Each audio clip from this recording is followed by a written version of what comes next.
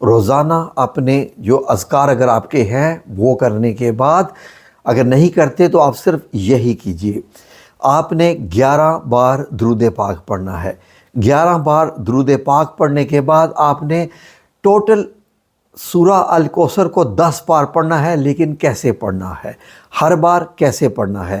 آپ نے کیا کرنا ہے؟ بسم اللہ الرحمن الرحیم کے بعد اِنَّا أَعْطَيْنَاكَ الْكَوْثَرَ، یہ جو آپ نے پہلی آیت پڑھی، اب جو آیت نمبر 2 ہے فَصَلِّ لِرَبِّكَ وَانْحَرْ، اس کو آپ نے 10 بار پڑھنا ہے۔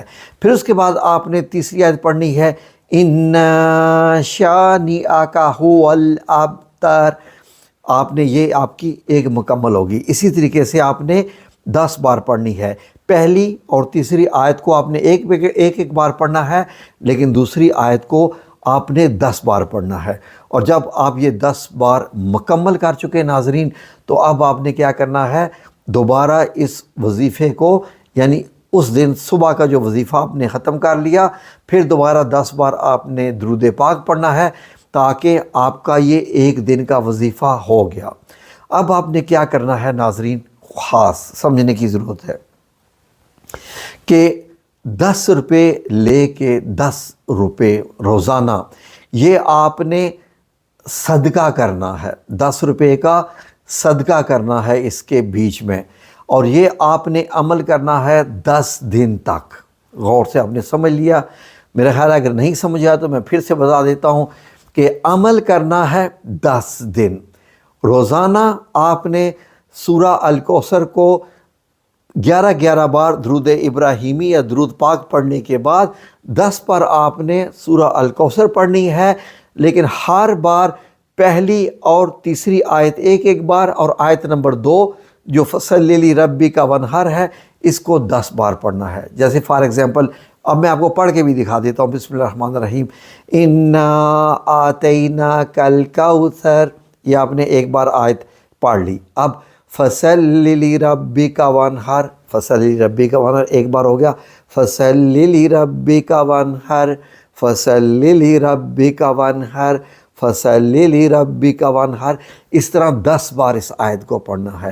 اور اس کے بعد جب 10 بار فَصَلِّ لِرَبِّكَ وَانْحَرْ ہو جائے تو آپ نے ایک بار اِنَّا شَانِئَكَ هُوَ الْأَبْتَرُ، اب یہ آپ کا ایک دفعہ آپ نے پڑھ لی۔ اس طریقے سے 10 دفعہ پڑھنی ہے اور 10 دن تک پڑھنی ہے، اور اس 10 دن میں آپ نے روزانہ 10 روپیز آپ نے صدقہ کرنا ہے کسی بھی فقیر کو، غریب کو۔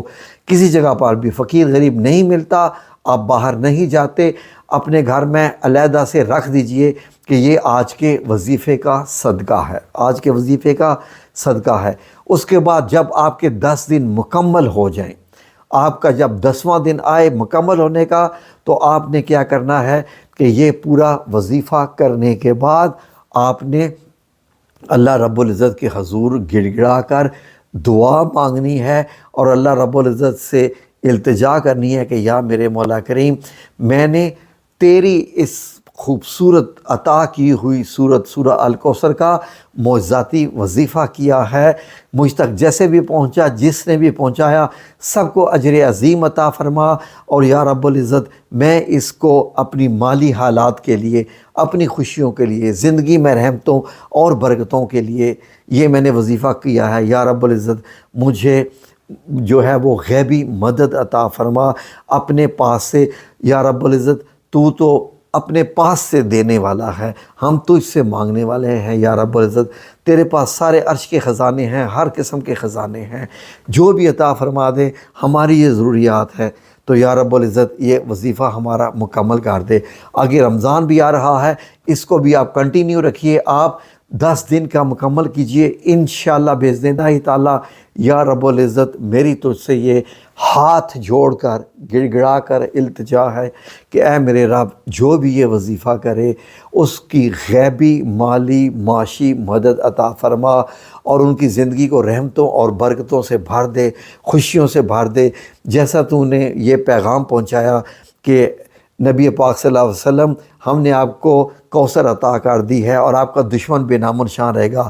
ہمارا دشمن ہمارا شیطان ہے جو مایوسی پھیلاتا ہے، ہمارا دشمن ہمارا جو ابلیس جو شیطان ہے یا رب العزت ہمیں طرح طرح کے وسوسے دلوں میں ڈالتا ہے، ہمیں اس شیطان سے محفوظ رکھ لے، اور دنیا میں بھی جو شیطان ایسے ہیں جو ہمارے خلاف کام کرتے ہیں ان سے بھی ہمیں محفوظ رکھ لے۔